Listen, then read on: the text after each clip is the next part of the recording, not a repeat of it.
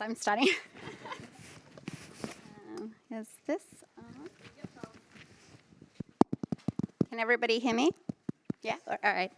Well, thank you for giving us the space to break the dread, because really, pessimism doesn't really get us anywhere. We need to, we always have the power of perspective, and we need to have a positive attitude, because unlike magnetism in life, positivity attracts positivity.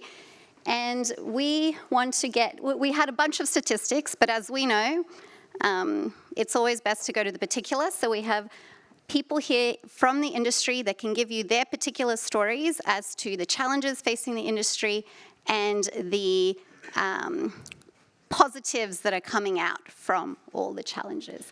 So first we have Dan Tuber. Do you want to introduce yourself, or do you want me to introduce you?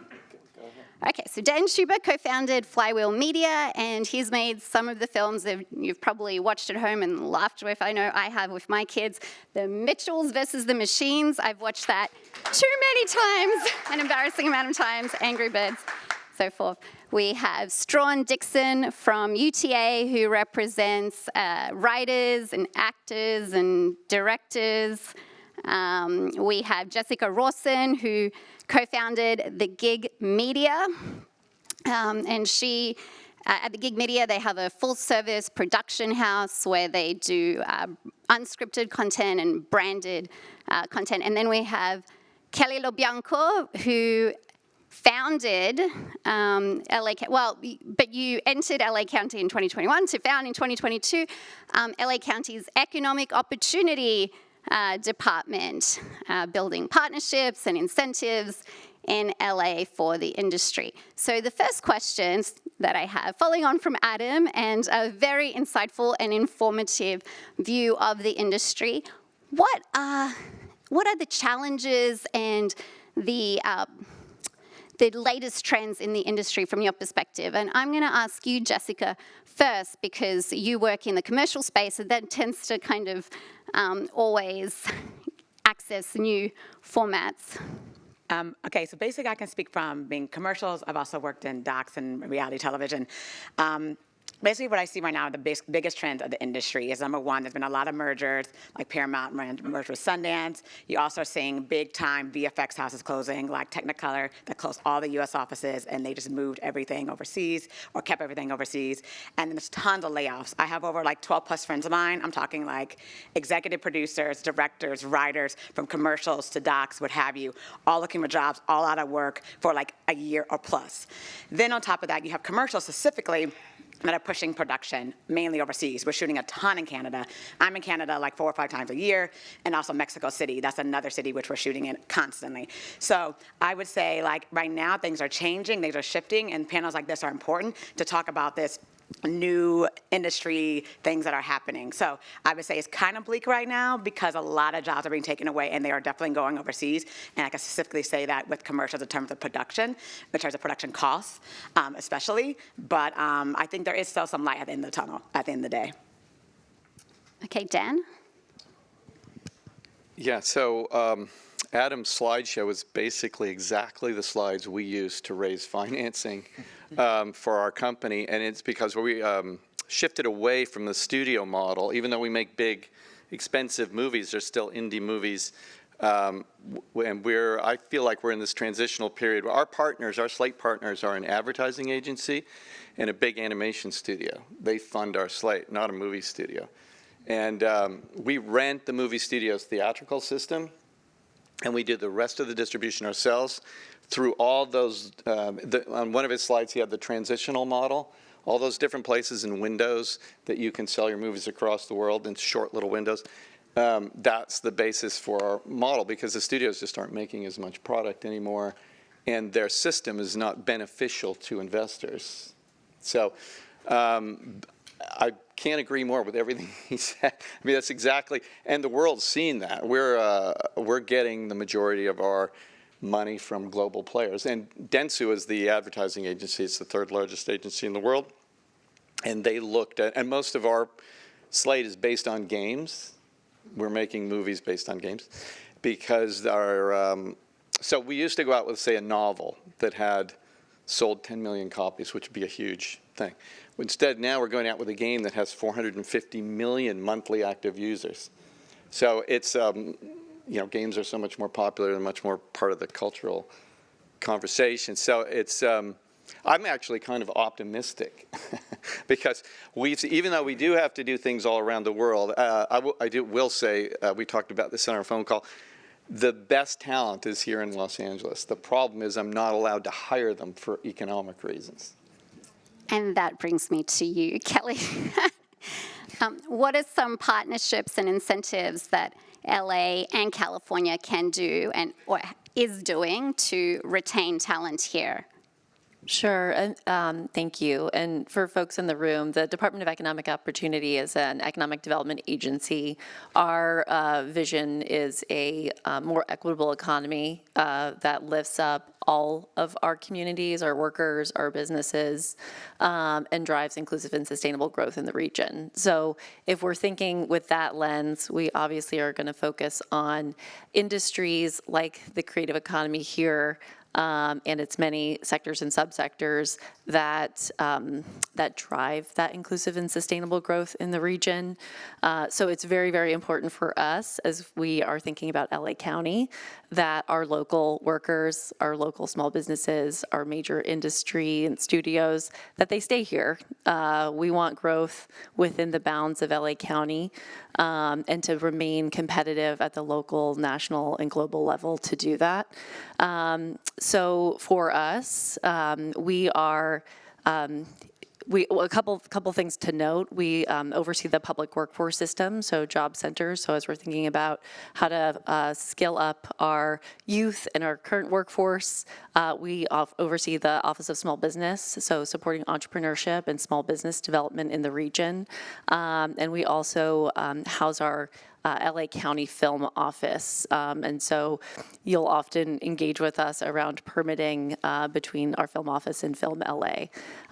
So, obviously we're looking at it's well known to the groups here around the tax credits at the state level. We're also looking at financial incentives at the local level. How can we drive evergreen funds and offer capital to entrepreneurs and various entities within the industry to be creative and adapt? We're looking at partnerships for workforce development and training in non-traditional pathways and lifting up, some of the conversations that we've already had this morning. As you heard, we're part of the High Road Training Partnership, the Arts, Media, and Entertainment one, right here, supporting those 500 workers. With streamlining permitting process, there's a lot of things we can do. I'll pass back, but the thing I want to mention is there's conditions that the government can play with to drive that growth here in the region. And we're really committed right now to do whatever we can within our power to encourage production to stay local. But I think it's also important for us as an economic development agency. We know that the economy is always changing. So we're going to use whatever tools we have in the toolbox to support production staying here, but also ensuring that we are evolving in real time and not, to Adam's point, overemphasizing the process and not the product. So.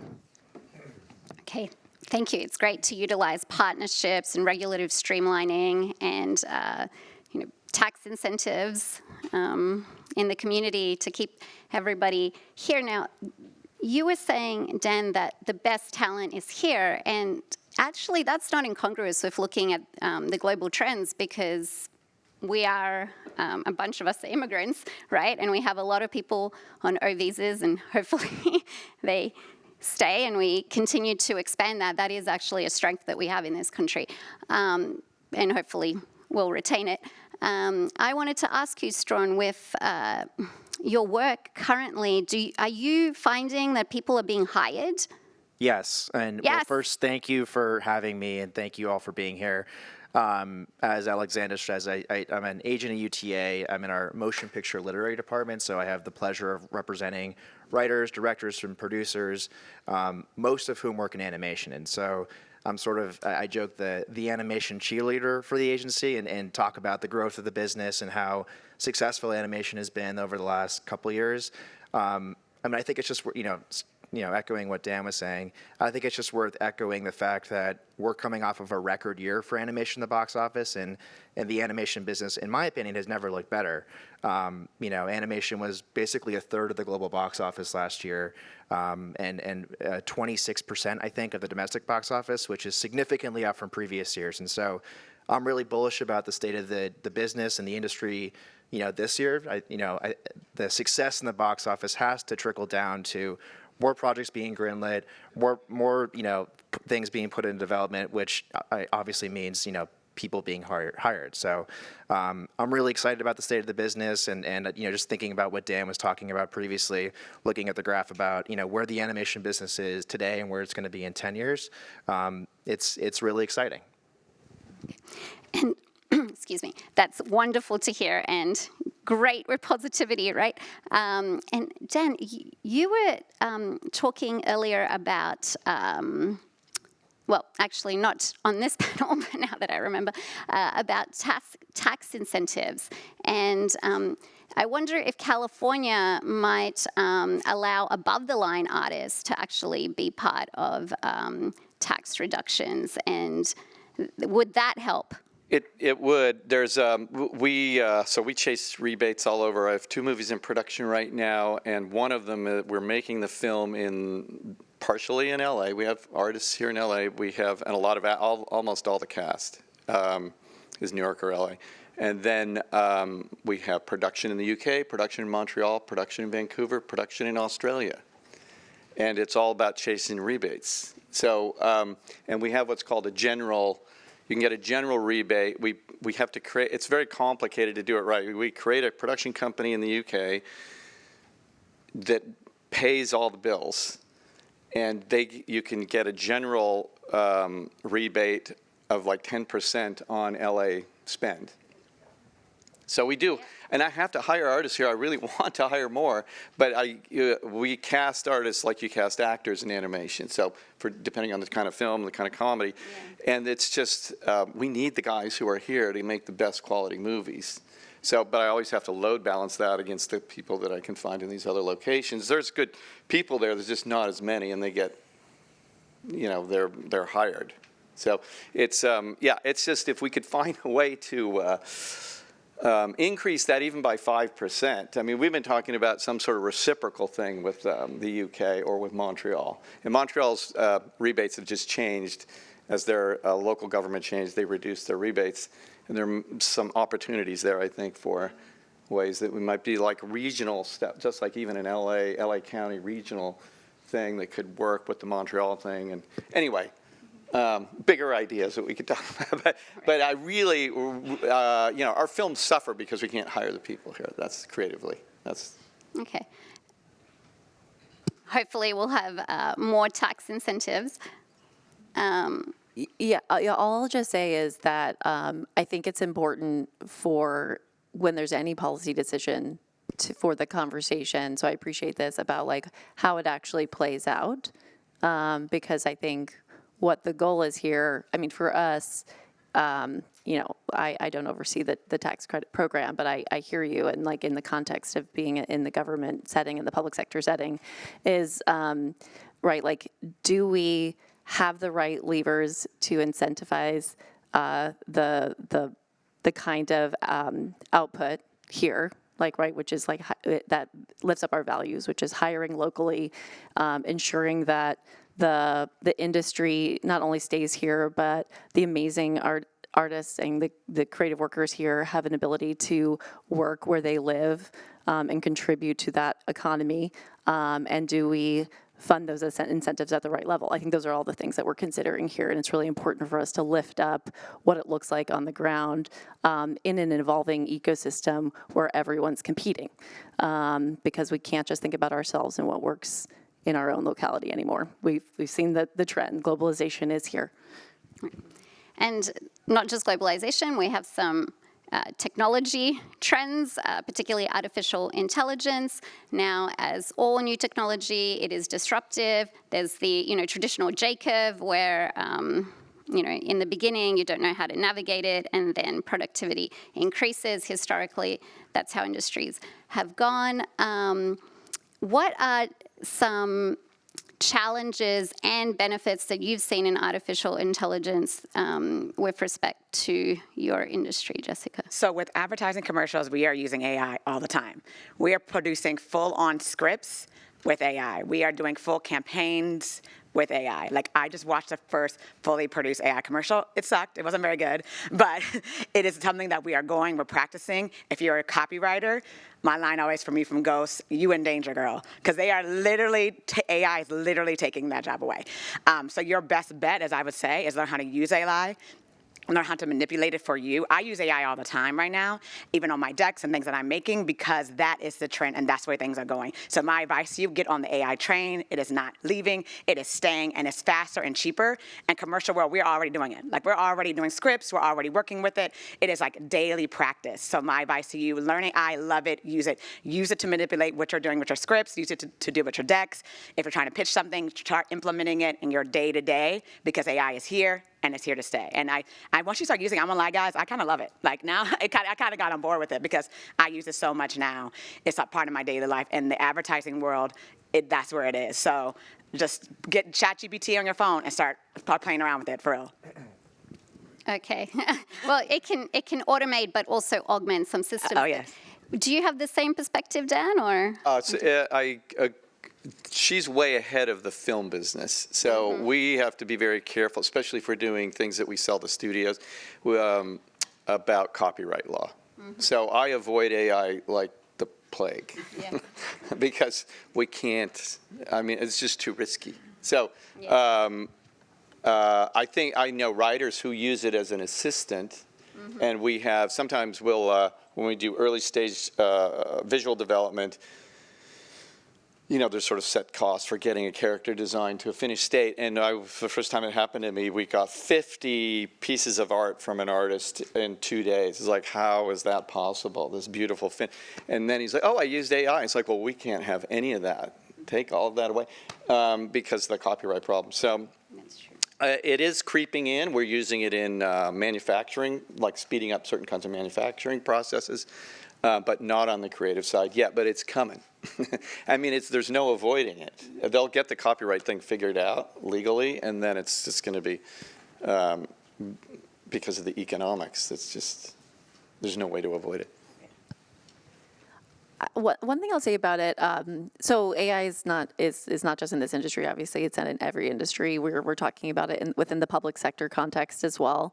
But in an economic development agency, the way I've been thinking about it is just that economic disruption is normal. It is painful. And it drives lively conversations about how we optimize it. But economic disruption is normal. We were having the same conversation, about how the internet would interact, and now every job is a tech job, right? So we've been thinking, and even in our agency, we were sort of born out of COVID. We've been here for the last 2.5 years. We're, fighting fires now with everyone in this room, and it changes the economy. And there's, whether it's a natural disaster, whether it's a change in the economy, whether it's a public works project down the street, there are things that are changing the way we do business every single day. And so we've been, AI is here. We need to integrate it. We need to understand it. We need to work with our schools, our workforce providers, help folks understand how this will impact how you learn, how you do business, how you get a job, how you succeed on a job, and if it even changes jobs. So the more comfortable we get with its reality, it's important. And also, I think one of the things that we constantly emphasize in the workforce development world, and which is why our High Road Training Partnership is so important, is the industry already is requiring transferable skills. The jobs themselves have changed as the industries has changed. And so, there's not just one or two occupations, there's thousands of emerging ones, new titles every day. And so I think that the integration of AI is part of that evolution and making sure that people are building foundational skills to translate to new kinds of jobs and new tasks and ways of working on each job. And just to piggyback off that, I will say right now when you use AI, it still needs the human touch and the human voice. So I feel like, and that's the great thing about it. So when you are learning, it's still needed. So when it does, like I said, as it's slowly improving, you're already ahead of the game. That's why I say, like, what you said before, like start using it, start practicing it with it, because right now it still needs humans. So you have to start now, and learning this is a very important skill because it's not going anywhere. But And moving we're on always to other gonna need- technologies, Yeah. like for instance, I'm sorry, but just because I'm just looking at the clock and, instead of machines, making stuff for us, we can utilize, for instance, we all saw Flow, or maybe a lot of us did, and Flow did really well for a very limited budget, and it has a very unique look to it. And the reason that it has such a unique look is actually partly because of the budget.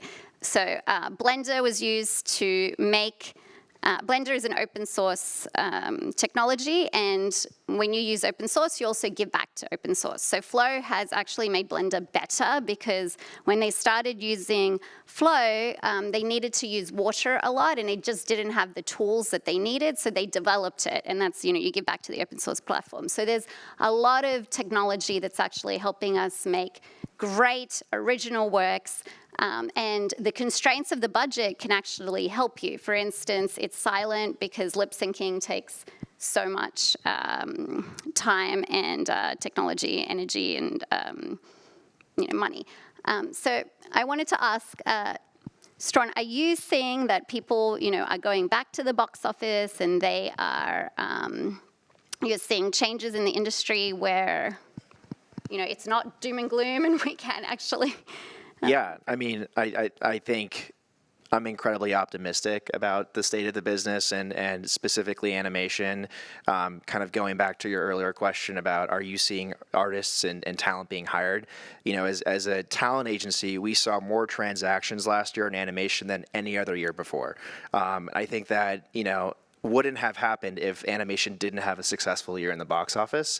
And so, there's, with Niza too already grossing over $2 billion globally this year, animation is going to continue to overperform in the box office. And I think that's going to, like I said earlier, lead to more films and hopefully more appetite for original content from studios. And so it's not just the traditional Hollywood ecosystem either. It's independent film, it's television, it's everything in between. And it's, I think, a really exciting time to be working in animation. I think it's a really exciting time over the next 10 years, as Dan alluded in his presentation earlier.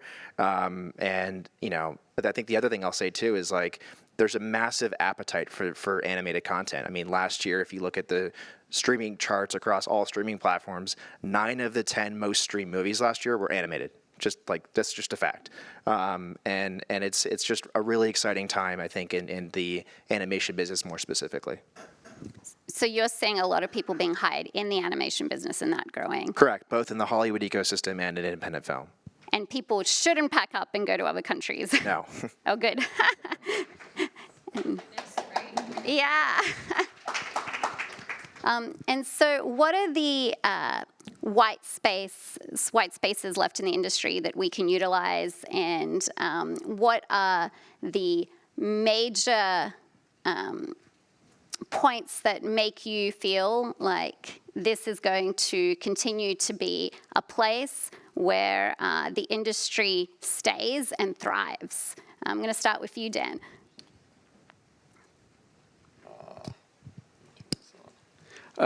Well, there's a couple areas. One is the business distribution is still here. So when I started, I went to CalArts for animation. I was an animator, and for years, and then in the visual effects business, and started to see all the jobs go away because of tax rebates, and started to learn more about the business, and jumped to the other side and started to get into financing and the business side of things, and that's all still here. Even though these companies our studios are part of big vertically integrated global corporations, a lot of the deals and everything are still here. Distribution, even though films are selling all over the world and people are spending money on content all over the world, a film that is a big film in the U.S., even if it's not as big a market as the rest of the world combined, it sells better everywhere else. And in an animated film, so we'll cast somebody like I did financed the Garfield movie that came out a few months ago, and we paid Chris Pratt a lot of money. And he is not in the film outside of English-speaking territories. So, because you dub everything, right? But because he's in the film here, the film sells better in all those places, even though he's not in the film. So there's prestige that comes with being a big Hollywood movie, even if it's not a financial one necessarily here. It's so, and that's why we still rent the studio's distribution system, because we need that big studio ad campaign. Mm-hmm. It drives everything else we do around the world. So it's still going to be, I mean, that's not going anywhere. So I think that's good. If we could solve how to hire more people here, again, that would be great. I worry a little bit that's not coming back as strongly as we'd like. But you're saying the opposite, right? Strong. I mean, it goes both ways. I mean, I think the two things can be true at the same time. Just more holistically, I think it's easy for executives, producers, agents, managers, lawyers, talent to feel down on the state of the business right now, given the state of the world and everything we've been talking about in today's presentation. But the fact is, animation is growing. And I think if we remind ourselves of that, in a lot of ways, perception is everything. And so if executives and people who are making films feel that this is a viable, growing business, more things will get made and more people will get hired. Wonderful. There seems to be a lot of opportunity that we can utilize. But maybe perhaps we can open it up to the audience for questions and for our panel to answer. I'm going back here. Yeah, you. But I'm coming with you, to you, with this, so everybody can hear. Thanks, Allison. On a personal level, how do each of you ethically or morally come to terms with the fact that companies are promoting machines at the expense of human creatives? A lot of these AI tools, there aren't those guardrails in place. We're waiting for these court cases to come through. And it feels like the use of it right now is kind of this mad dash to get ahead of that. How do you feel about it? Okay. You want to start? And I'll follow you. Okay. I guess because we use it so much in commercials, I would say, as of right now, like I said, it's still both humans and AI working together. So it's definitely a collaboration. With us, it's not solely just AI writing these scripts, especially for like copywriters when we do, or creating campaigns. You still need a director, you know what I mean? You still need the copywriter involved. You still need me as a producer. Like as a producer, I have to still manage how we're using AI with the copywriter and with the director. So it's something where we're all still involved in this process. And then on top of that, commercials, which I was going to bring up a little earlier, we still are heavy now. We're getting into content creation. Like if you are literally a one-man band and you have an idea, you could go to a brand and they will literally like throw money at you to create content. So that's another side of us where we're moving into that space where the big commercials may, let's say, go more AI, but we still like that organic marketing and we want that grassroots marketing. So I feel like the content creator world is a huge in advertising. Like I get brands coming to me and going, hey, can we have like this TikTok video, but like about our brand? So it's something where that is literally upcoming, where they want that personal connection. They want that human connection. They're begging for it. Brands and commercials are begging for that. So if that's a skill set of yours, go for it. Hit up an advertising agency, talk to brands directly. And I feel like that's where advertising moving, like definitely more human connection and content creation, and also using maybe AI for some of the larger campaigns. Yeah. So as LA County government, we want the greatest economic growth in the region with the greatest community benefit for our 10 million residents. So as we're thinking about the future, so if we look at even our assets here in the region, we have a huge population, rivals major countries. We speak more languages. We have a diversity across every dimension in greater volume and scale than most other places, certainly any other city or county in the country. We have the best educational institutions. We have the incredible labor partners and movement. We have more community-based organizations than most other countries. And we have a small business ecosystem that's constantly innovating and is the envy of the world, on top of the major industries that bring that legacy, right? So for us, we want to cultivate our human capital in the region while recognizing that technology is changing, globalization is here.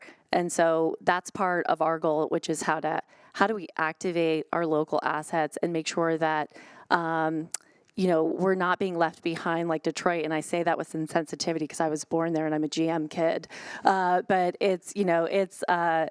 we want to stay relevant. We want our creative capital to have the best possible future today and tomorrow. And so as we're thinking about technology disruptions or even the state of the economy and industry today, it's really important for us to stay here and also stay relevant and lift up our people. Cool. Who's next? All right, I'm gonna go so I don't have to put in so many steps. You can make your way to the other side. My question is specifically for Strawson. You're saying your clients are booking, and then there's like this technology thing. How are they navigating it? How are they still booking things, navigating this dread and the AI conversations, and still kind of keeping their creativity and authentic voice? It's a great question. I think a lot of the clients I work with are dealing with it on a case-by-case basis. It's honestly all personal preference at the end of the day.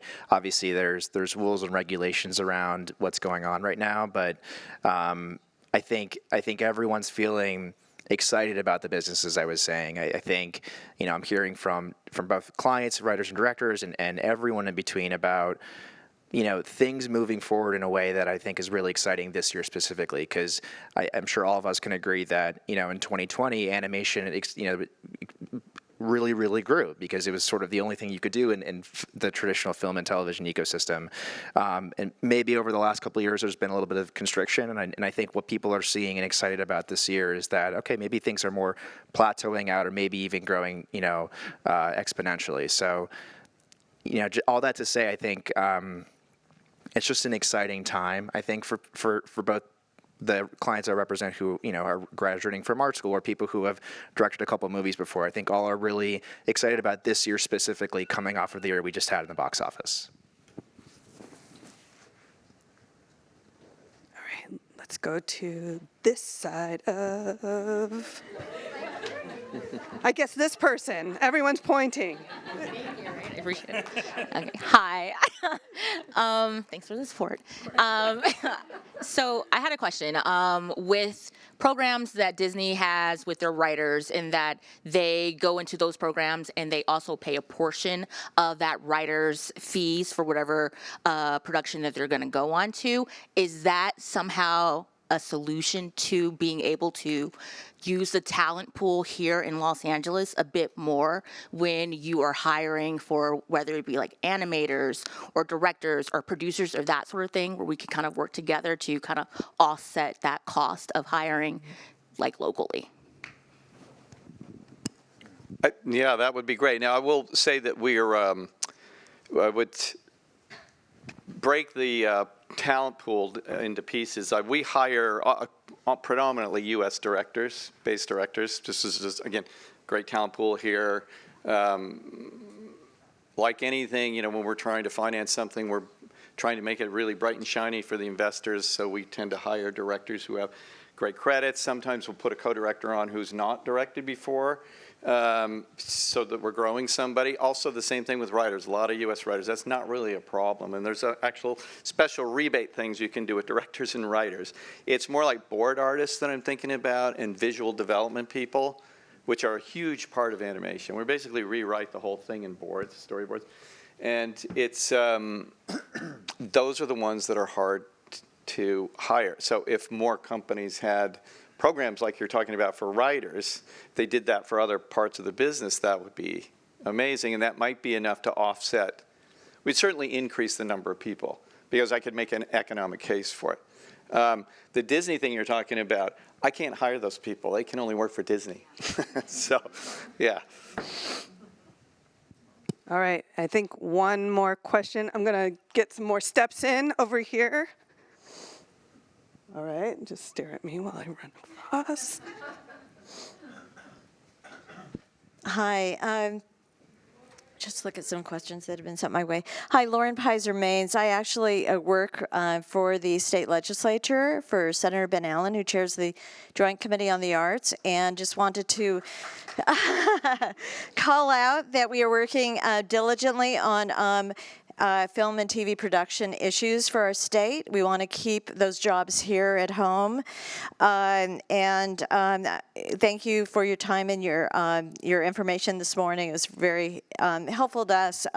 We are working, as you probably know, everybody in the room, we have companion legislation with Assemblymember Zabur that is looking to enhance and update our program to make us more competitive.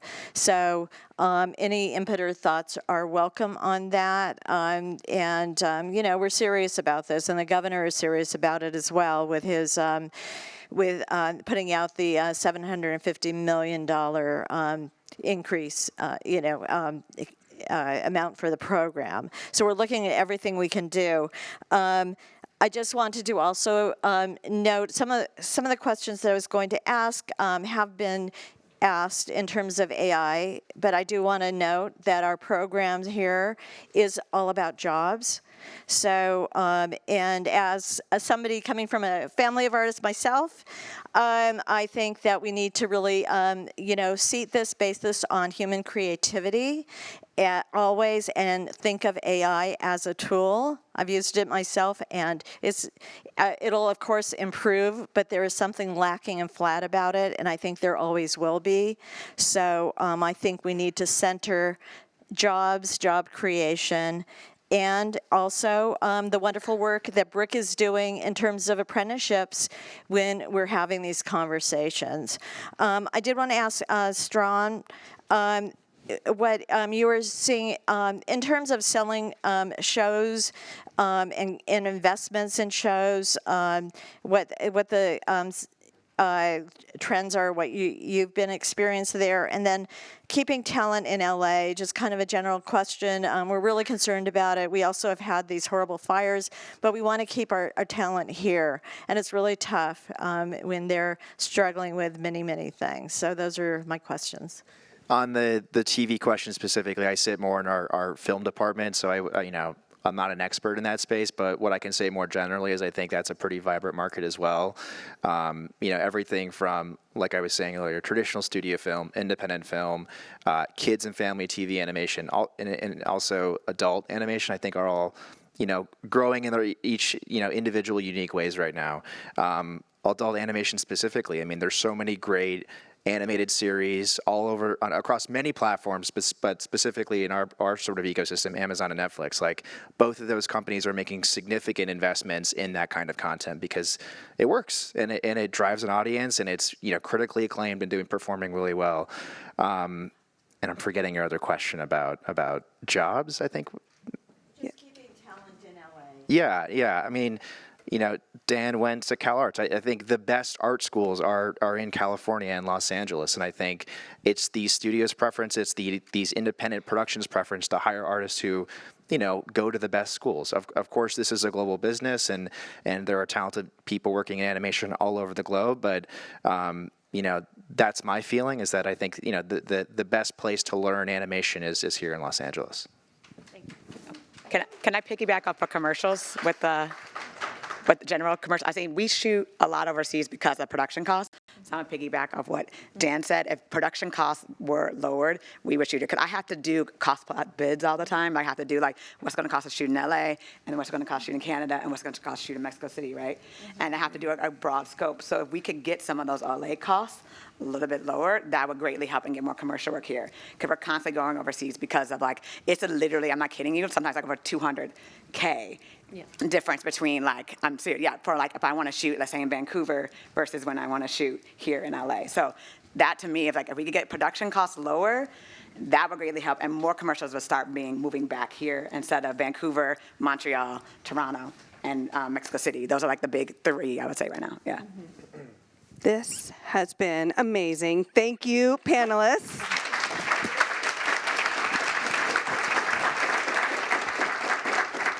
You all, you're doing an amazing job too. I see wide-eyed, nobody is falling asleep. Obviously very engaging. So this is potty break time. As I would tell my children, you have a few minutes to go do that, or if you just want to do some stretchies, 10 minutes, you have 10 minutes. We will wrangle you back, so do not go far. No, I know. As soon as you looked over there, I